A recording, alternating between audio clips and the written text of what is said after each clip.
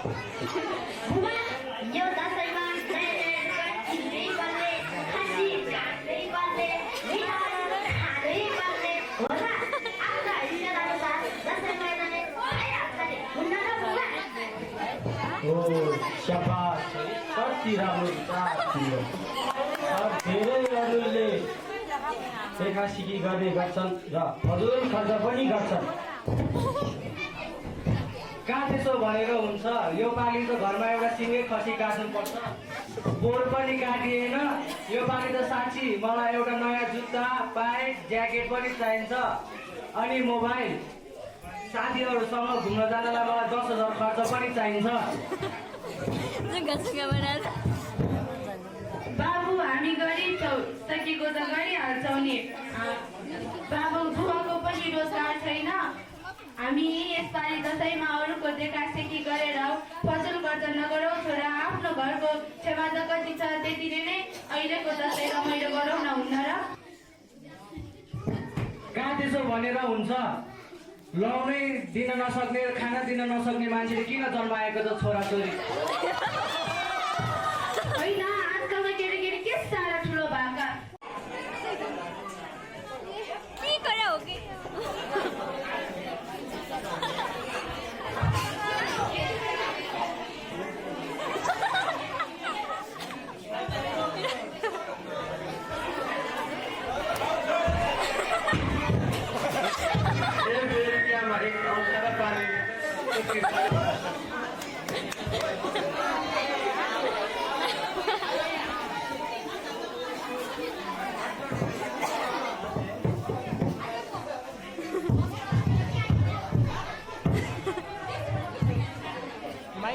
आमा तल घरे माइला कालो लुगा पनि किनेछन् हामीलाई कहिले किनिदिने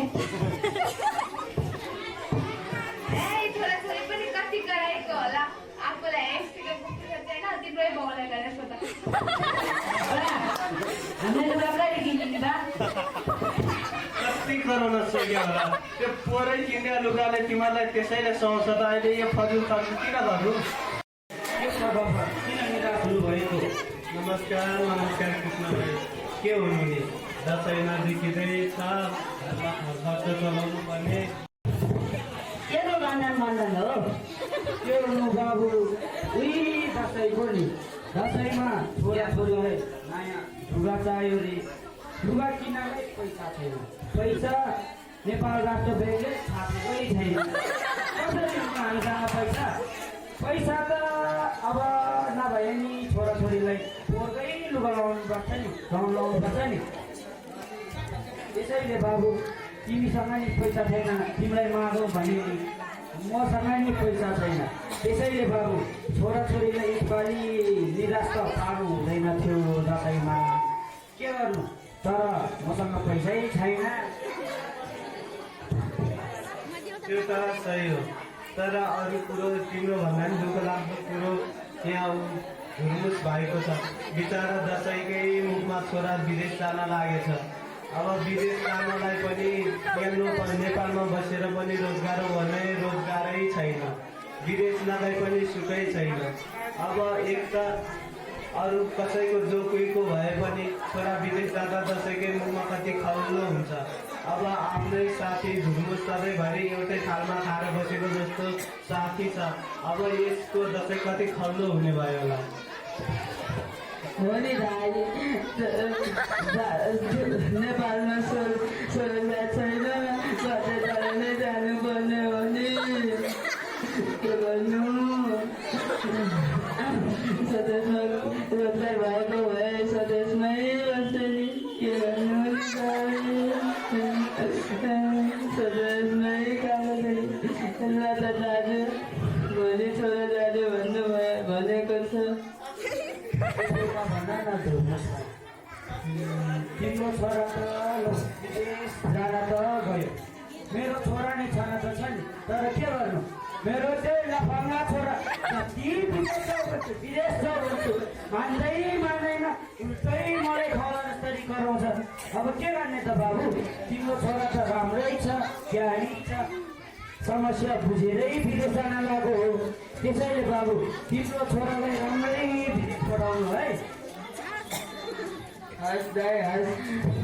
अहिले चाहिँ लागे भोलि भेटौँला यसपालिको दसैँ पनि भगवानको कृपाले गर्दा राम्रै गरी बित्यो है। दसैँ त यसपालि राम्रोसँग भयो। गाउँका सबै दाजुभाइसँग पनि भेटघाट भयो। ल है सबैजनाले गर्नुहोस्। यसपालि त दसैँ मैले त दसैँ देउसी भैलो नखेलेको धेरै वर्ष भयो। तपाईँहरूको के छ त विचार? हो मास्टर बाबुले अहिले आएर मेरो मनको कुरा भन्नुभयो है। धन्यवाद मास्टर बाबु। मेरो पनि विचार थियो, तपाईँले मेरो विचार ठ्याक्कै भन्नुभएछ। धन्यवाद मास्टर बाबु तपाईँलाई। सबैजना मिलेर देउसी भैलो खेल्नलाई चाहिँ कहाँ जाने हो त? बिहान ठिक 10 बजे स्कुलको चौमा बेला हुने होइन त चाइला दाइ? कुरो त ठिक हो। अब अहिले सबै घरतिर जाऊँ, भोलि बिहान खानासाना खाएर ठिक 10 बजे स्कुलको चौतारामा भेला हुन्छ। धुमधामले देउसी भैलो खेल्नुपर्छ है।